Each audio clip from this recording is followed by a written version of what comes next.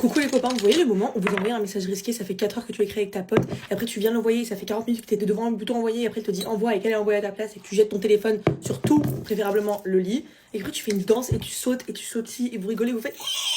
Et que là, ça marque le début du game de tu mets des remis de 40 heures, des vues, il a écrit ça, et qu'après tu passes des heures au tel avec tes potes. Parce que tu analyses absolument tous les messages. Tous les messages sont analysés à la lettre. C'est-à-dire que vous allez écrire 3 mots, une virgule avec un smiley, on va passer 4 heures au téléphone. Genre quand une meuf écrit à un mec, c'est pas une meuf, c'est toutes ses potes. Nous, c'est plus grave que ça. J'avais une pote qui faisait un jeu où, genre, imaginons, il mettait un remis de 1 heure, elle mettait un remis de 2 heures. Je crois vraiment que le meilleur moment, c'est quand un mec va demander ton Insta et tes potes, elles le savent, et après t'attends le DM, et du coup, vous êtes là en mode, il t'a envoyé un message, il t'a envoyé un message. Personnellement, je me suis découvert un nouveau trait toxique, c'est-à-dire que, en fait, dès que je suis sur quelqu'un, je vais grave tout faire pour qu'il me remarque et tout, parce que bah, tu sais, t'es en train de flirter et tout, c'est trop mignon. Après, moi, je suis pas trop dans le délire des remis et tout, c'est plus que je regarde juste pas mon téléphone, du coup, bah, c'est encore pire. Sauf que du coup, ça m'attire pour la simple et bonne raison que, en fait, dès qu'il est sur moi, bah, c'est fini, ça m'attire plus du tout, et au final, après, je me lasse, et au moment où c'est censé devenir un peu sérieux et donc pas toxique, du coup, bah, c'est bon, ça m'a énervé. Et après, je me plains pendant 40 heures avec mes potes que je suis tout le temps seule et qu'il y a personne qui t'aime. Et du coup, j'arrive pas à savoir à quel point c'est toxique quand je découvre que ça m'énerve. En fait, hier, j'ai vu le TikTok d'une meuf qui disait un truc très vrai. Elle disait, genre, quand t'es seule, c'est pas forcément que un truc qui va pas avec toi ou que t'es laide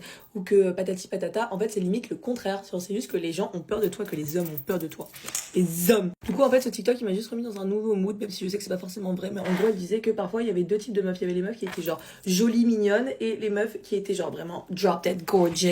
Et qu'en fait, les hommes, ils allaient pas vers les meufs drop dead gorgeous parce qu'ils osaient pas, parce qu'ils savaient très bien que genre, tu sais, qu'ils pouvaient pas les avoir, et qu'en fait, ils adoraient le jeu de flirt, et que du coup, bah, ils pouvaient flirter qu'avec des meufs qu'ils pouvaient avoir facilement. Venez pas m'arracher mes cassettes de cas parce que je dis ça, hein, c'était le TikTok de la meuf, je suis en train de redire ce qu'elle disait. Mais en fait, ça rejoint la théorie que je sais pas si dans la rue, parfois vous passez, vous voyez pas des couples et vous vous dites bravo le mec. Genre vraiment, il a tapé une meuf, mais waouh.